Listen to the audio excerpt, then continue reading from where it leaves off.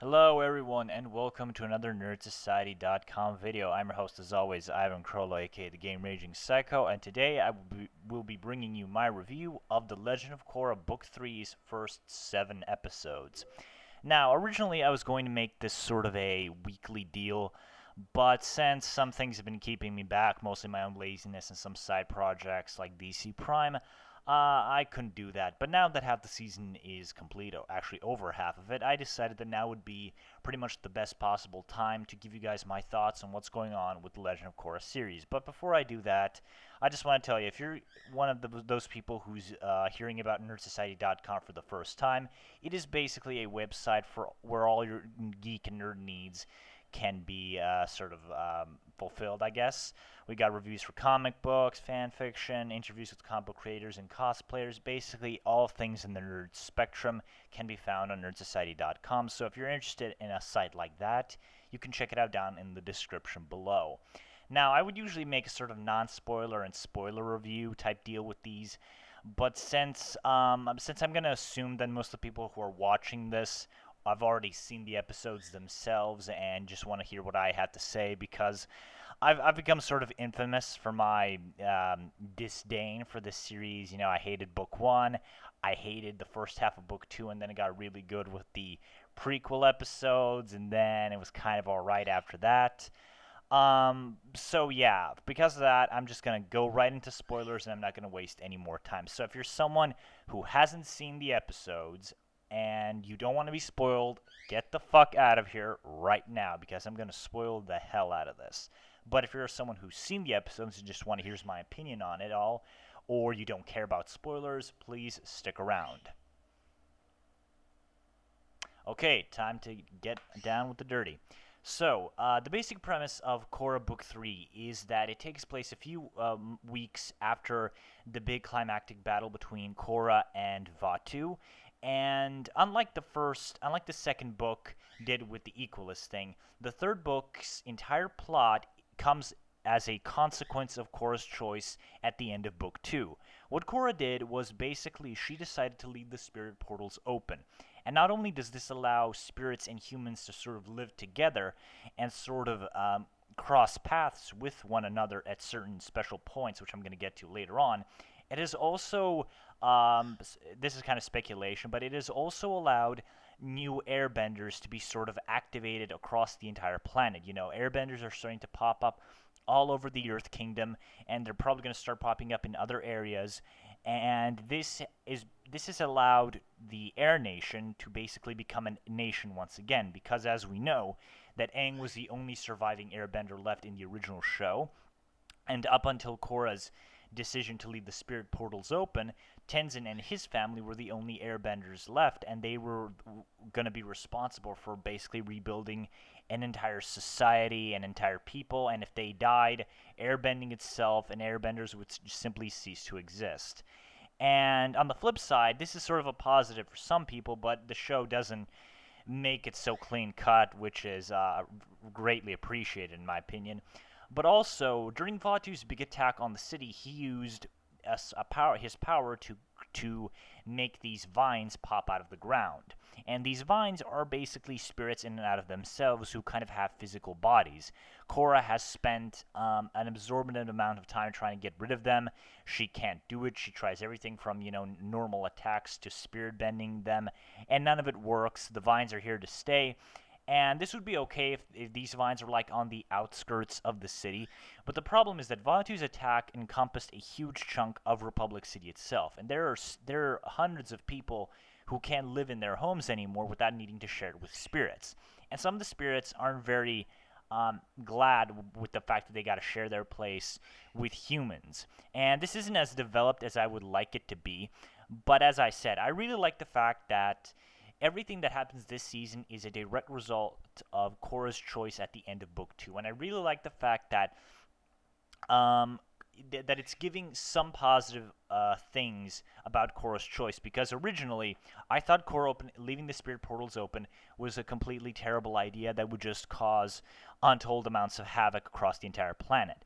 But the showrunners, they decided that with this new energy and stuff, with this enhanced abilities, people, the air nomads, can sort of come back. And while I am a bit sad that Tenzin and his family won't, continue the Air Nation, because I really like the idea that all the future airbenders would kind of be descendants of Aang. I really like that idea, and that's sadly not going to be the case anymore. It's still really nice to see that they're treating this, they're giving some positive aspects to it to kind of quell my own personal problems with it. And I like the fact that Korra has significantly matured this season as opposed to the previous seasons. In book one, she was kind of a moron, but she still did some things right.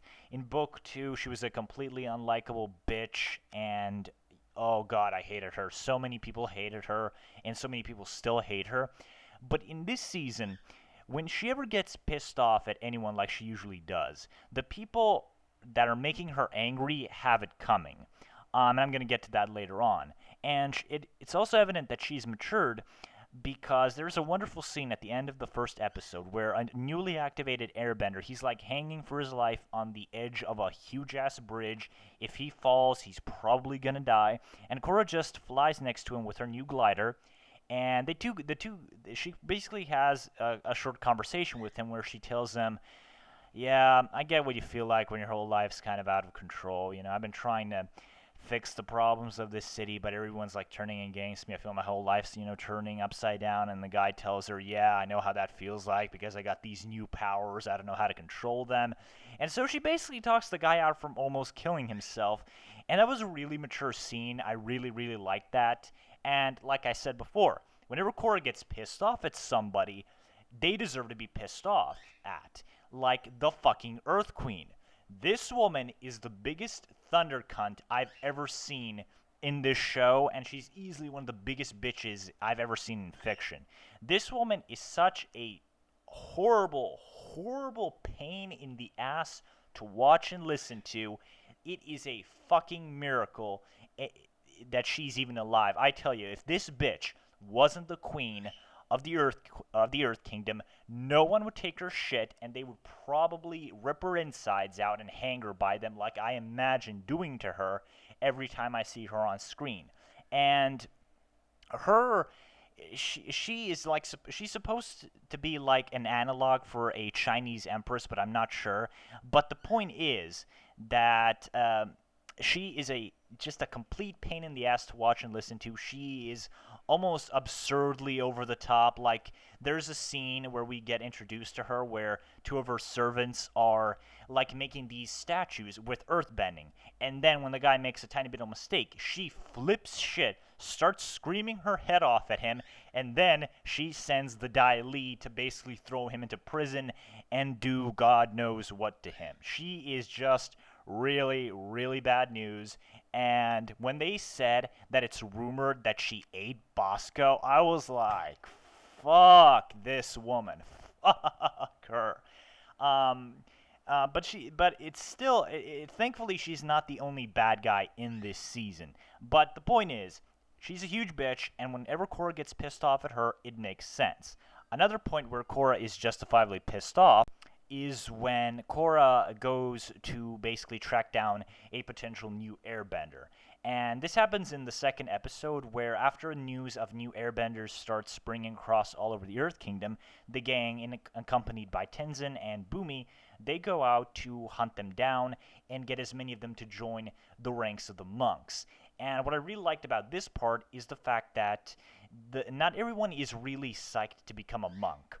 Because in the pre-100-year war period, airbenders were a secluded society. When you were born into the air nomads, the life of an air nomad was the only life you knew. You barely ever left it except to visit the other temples and maybe travel the world a little bit for spiritual enlightenment. But for the most part, these people were born monks, raised monks, and they lived as monks for their entire lives, and so it wasn't really that weird to them. But these guys, these new airbenders, they have families, they're farmers, they have jobs, other obligations. They don't want to just drop everything lose their families, their jobs, everything they've built up, and everything they have, just so that they can be monks. And the life of a monk is not an easy one. You gotta shave your head, although apparently that's been kind of abolished. That's like a personal choice thing. But you'll never have any earthly possessions. You may never get to see your family again. And overall, it's a really big obligation. I like that the show handled that very well. The way Tenzin handles it is kind of moronic. He basically has a few scenes that are kind of funny where he tries to sell them on the idea of being monk. He tells them, "Oh, you don't have to worry about your earthly possessions because you're never gonna have anything for the rest of your life." Or where he's talking like this big to this kind of obese guy who's like eating absorbent amounts of meat, and he very much tells him, "Oh yeah, the food with the air nomads is awesome. Like, no, you can't eat any meat. You can just eat vegetables." And then dude just slams his door in his face, and then he tries to recruit a kid, and he tells him, "Oh, you're never gonna have a best friend except a flying bison." And it's kind of funny. I mean, it is funny, but the way he handles it is kind of stupid. But anyway, going back to my point is that Korra meets up with this kind of douchebag, and she tries to tell him, "Look, you're an Arab nomad. You got a responsibility to your people." And he's like, "No, I don't. But you have to." "No, I don't. But you have to." "No, I don't." And she kind of gets pissed off at him. So to reinforce my point, I like it that when Korra gets pissed off in this book, the people who she's pissed off to is perfectly justified. She gets pissed off at Lin later on because Lin acts like a complete and utter bitch. And going back to kind of the flip side of everything, I really want to talk about the new villains. These guys are fucking cool. These guys are probably the best villains this show has had so far since even Azula. Like, Amon was pretty damn cool, but they completely ruined him by revealing his backstory, which was entirely unnecessary. They just should have said Firebender killed his family and burned his face, and that's all we should have ever found out about him after that. But I'm not going to get into book one ranting anymore. But anyway, Zahir makes an airbender cool. I was never a big fan of the airbenders. I always thought it was kind of a lame fighting style. But the way this dude does it is so cool, and his introduction is just awesome. You know, he's at this big ass cliff on top of a prison, and he's completely devoid of any friends and everything. He's been in this prison for 13 years, and the first thing he does, he pretty much tells them this badass story about a monk who reached such spiritual enlightenment that he spent the last 40 years of his life without ever touching the ground. And then he just kicks their fucking asses and tells them, "Oh, you know that little bowl you've been serving me for 13 years? Yeah, you might want to ration that out considering the fact that the next food drop isn't going to come for another month." And there's like 5 of them locked in the prison, and then the next episode is just seeing him and his new posse, the Zahir Gang, just fuck shit up all the time. And these guys combined are some of the scariest bastards I've ever seen on the show. Like, Zahir was never an airbender until harmonic convergence gave it to him, and somehow he knows about harmonic convergence. And there's more spiritual stuff with him later on. But he knows about harmonic convergence, and he has this goal, and he believes that harmonic convergence giving him airbending is kind of like the universe telling him, yes, your mission is true, what you're doing is the right thing, and you got to do what you got to do. We don't know what that is specifically right now, but then he just goes around breaking out all of his friends. Like, the earthbender guy can heat up the metal so hard he creates lava. Now, this seems like this should be kind of like a firebender earthbender combo type thing, but Sokka did say that throughout the world there are exceptional benders who are capable of doing things ordinary benders can't. You know, Toph was one of them. Amon's father, I don't remember his name right now. He was one of them. He was able to bloodbend without the aid of a moon. And Combustion Man was one of them. And there's just a whole bunch of these guys in one group. And these 4 guys could, honest to God, kick Korra's ass even in the Avatar state. Like, Zahir is total badass. He was feared as an uber badass even before he got powers, and now he's even more powerful than ever before. The dude who can make rocks into lava, awesome. The chick with the water bending hands is probably my favorite because she can do so much stuff with that. Like she can turn her water hands into like these sickles, like size and slice people up. She can turn them into whips. She can turn them into ice. There's just so many cool possibilities. And the best example of this is when she turns her arms into like a big ass body size drill and she cuts through the ground to save Combustion Woman. And Combustion Woman, she's pretty much Combustion Man if he was a chick, except her blasts seem to be more powerful than his. I don't know if she we don't know if this Combustion Man ability is something you inherit or it's something you can learn. It's not really stated that much, but it's probably something these guys were born with. And these guys are so fucking cool. And I really like the fact these guys aren't just like evil supervillains. Like these guys are kind of like friends. Like you have this sense of camaraderie between them that even the main heroes don't have, because these guys are kind of like in the position of the original gang if you really think about it, because the gang was just these few kids and or teenagers against the world. Like they had some allies here and there, but the only ones they could rely on to accomplish the mission and save the world was them. And these guys are kind of like they're not evil necessarily, not yet anyway, but they're kind of like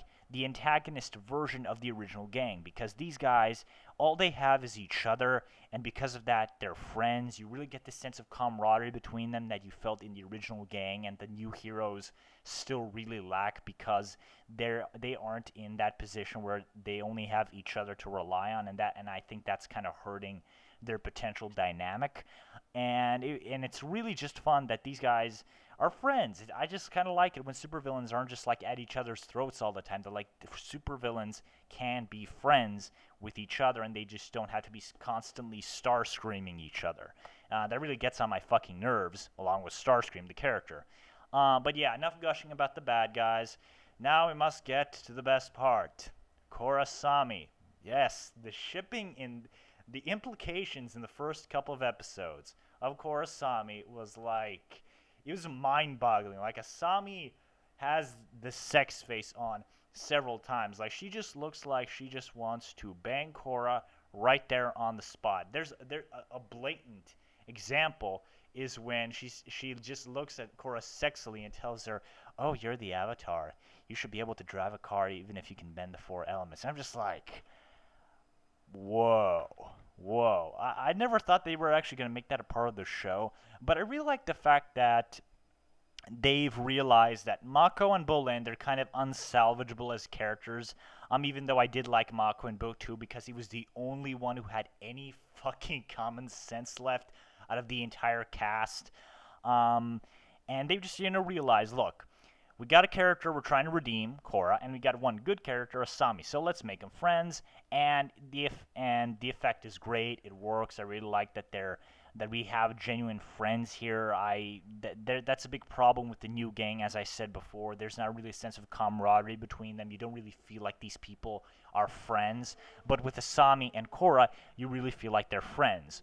And while I'm not particularly a big fan of Mako or Bolin, I do like some of the potential things that are happening here. I like the fact that Mako could become a sort of mentor to Kai. He was in his position. He was a thief in his youth. And I really like the fact that later on they could have Mako sort of teach the kid respect, because right now Kai kind of gets on my nerves. He's just kind of like a little shitbag that I want to kick his fucking face in.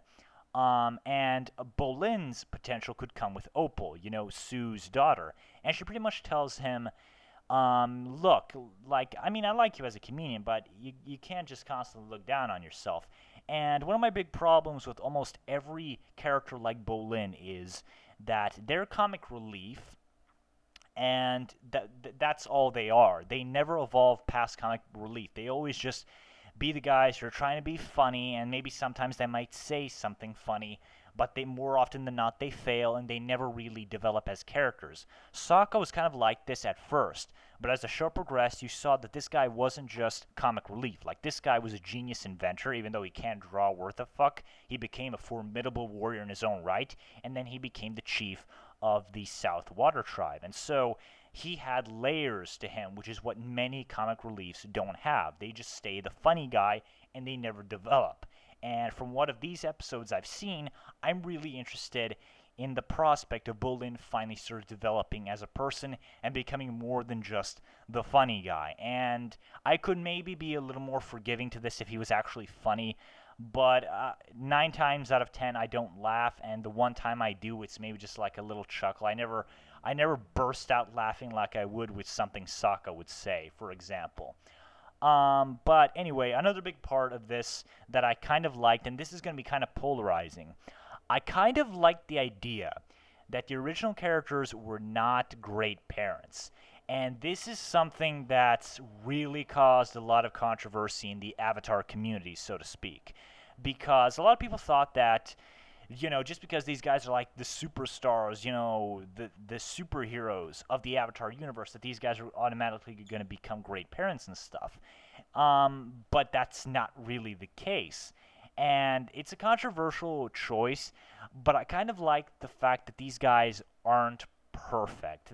The thing that made them interesting in the first place was that they weren't just one note characters. They had flaws, they had insecurities, and I really like the fact that they weren't just completely perfect and awesome in everything they did. And I think that there are a lot of compelling arguments for why this is a thing. Because Toph, in my opinion, I never thought Toph would be a good mom.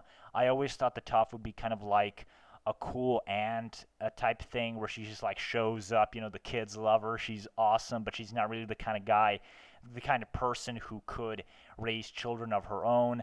And that kind of plays into the whole Lin Beifong subplot, because Toph and her sister Sue, they come from two different dads, and Toph apparently never married either one of them, and they never met their respective fathers. And since Lin was chief of police, and Republic City was still in kind of like the building phases and shit, they were still trying to figure out what to do with Republic City. Lin was really busy with stuff at the time, and because of her parents completely fucking her up as a kid, Lin wanted to give her children complete freedom, and that completely kind of screws them up. And I can actually believe Toph doing this. I can, honest to God, see Lin think to herself that she doesn't want to be like her parents. She doesn't want to micromanage their lives, and I really like that kind of screws them all both up in the end. And I kind of like that Lin not.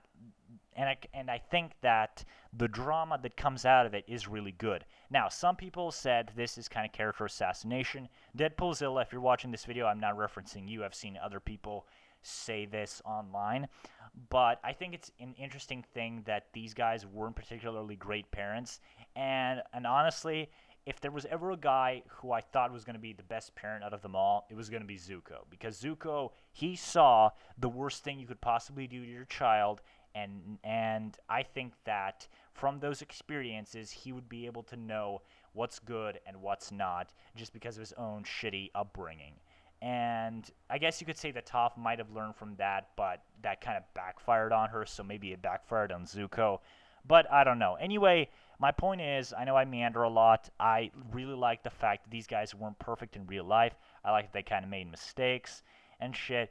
But I do have some problems here and there. The filler episode was completely unnecessary. The episode where Tenzin and he's like training the new recruits, that was entirely unnecessary. I was kind of bored with it. It's not like in book 2 where when they did Tenzin and his family focused episodes, that's where the good writing was. That's where all the heart, the personality, the quality writing, everything of quality was coming from that, and the main storyline was complete bullshit. And that's why I like the Tenzin parts in book 2. In here, the A story with the gang and the sort of B story with the villains, they're both pretty compelling and pretty interesting in their own right. And the Tenzin stuff feels kind of unnecessary. Like, I was really hoping to get an episode that was going to advance things forward, but we really didn't get that. We really didn't even get to see Bolin train to be a metal bender or anything. And really, it was filler. And I think that when you have a season of 13 or 14 episodes, you have no fucking excuse to have any filler in it, okay? That's just my take from it. What else didn't I like? Well, I can't really say what I didn't like. I mean, I didn't like Kai, but he has potential to develop, and that's not really a problem. And really, the filler episode is the only big flaw I have with the show. I really like some of the things that they did with Mako and Bolin, with their family. Mako maybe becoming Kai's mentor, and Bolin maybe finally growing out of the comic relief role. I really like Korra and Asami's relationship. I think the villains are fucking awesome, and they're like a villain version of the original gang. And the studio that does the animation, they're back, and it's really awesome stuff. I really like the fact that the bending skills and techniques they've gotten one upped. I really liked all the stuff with Toph and her family. I like that Lin Bei Fong also finally got some fucking character development because she's been an unbearable bitch since she debuted. And overall, I've really liked this season. It's been really great. Every episode has this sort of air of excitement, of quality to it, of fun, and it's so fucking mind-boggling that it's taken them this long to fix the show. And yes, I know that it was supposed to be a one-season show originally, and then it got another season after book 1 aired, and then it got 2 more. And so I think that now that they had 2 consecutive seasons to work shit out, I think that that's given them a lot of leeway as to what they have to do. Because the first 2 seasons, it's blatantly obvious they thought this was going to be like the end of it all, and that's how they were going to cap it off. It still, in my opinion, doesn't excuse the fact that book 1 is complete bullshit and book 2 is a complete mediocrity, but still, I'm so happy that this show is getting finally good, and I cannot wait to see what happens later on. I'm almost sad that it's going to be ending soon because there's going to be one more book, and then there's no way in high hell Nickelodeon is going to greenlit another season because Book 2's ratings were kind of bad. Book 3's ratings are terrible because they literally decided overnight that they're going to air everything, and they just clearly want to get rid of this show already.